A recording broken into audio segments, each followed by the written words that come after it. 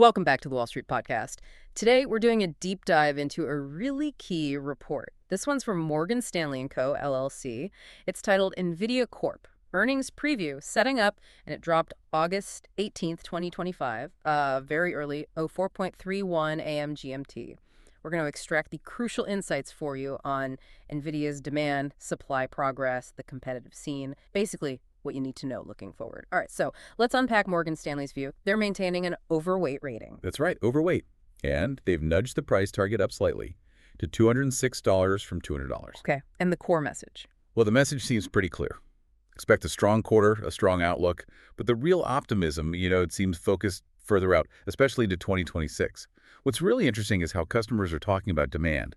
They use words like remarkable, insatiable, massive. We hear those a lot with NVIDIA. We do, but there's a shift here. It's subtle but important. It's the surge in inference demand. So not just training the big model. Exactly. It's about using the AI in everyday applications.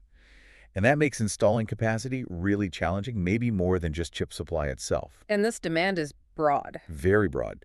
Across the big hyperscalers, sure, but also Tier 2 clouds, even sovereign entities. It's not just the usual suspects. Okay. And the major cloud providers, they're responding, upping their capital expenditures significantly to try and meet this. Now, what about the supply side? It sounds like there's some movement there. Definitely improvements. Rack assembly is picking up speed. You've got top ODMs, the original design manufacturers. Yeah. They're expected to double their rack builds in Q3. That's significant. It is. And remember the back-end tester capacity, that bottleneck. Yeah, the final checks. Lead times there are coming down. So chips should move out faster. That was a major choke point.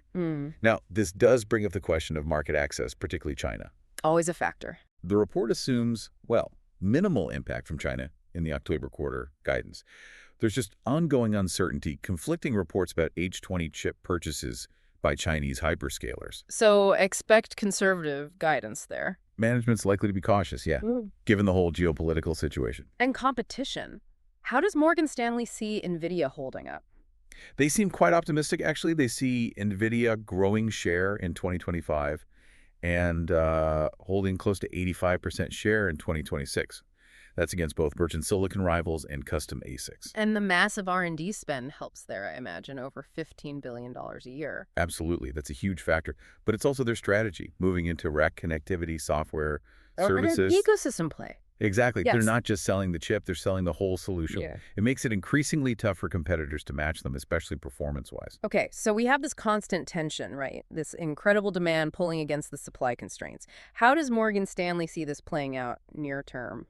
What gives first? Well, supply is still the immediate gate for this current quarter, definitely. But looking further out, into 2026, it's that insatiable demand that's really setting the pace. Demand keeps improving, even while supply efforts are accelerating. So the projections, even the raised ones, probably still undershoot actual end demand. Suggesting momentum continues. Strong suggestion of sustained momentum, yes, well into next year. Okay, that demand picture is powerful. How does that translate into the actual financial models for Morgan Stanley? Are they fully reflecting this insatiable nature, or is there still some caution baked in? They've certainly revised upwards. Revenue estimates for July are now $46.6 billion, October at $52.5 billion. Significant jumps. And perhaps more telling, the 2026 revenue estimate is now $273.2 billion. That's up from $264.6 billion previously. Wow. And non-GAAP EPS projected at $6.51 for 2026.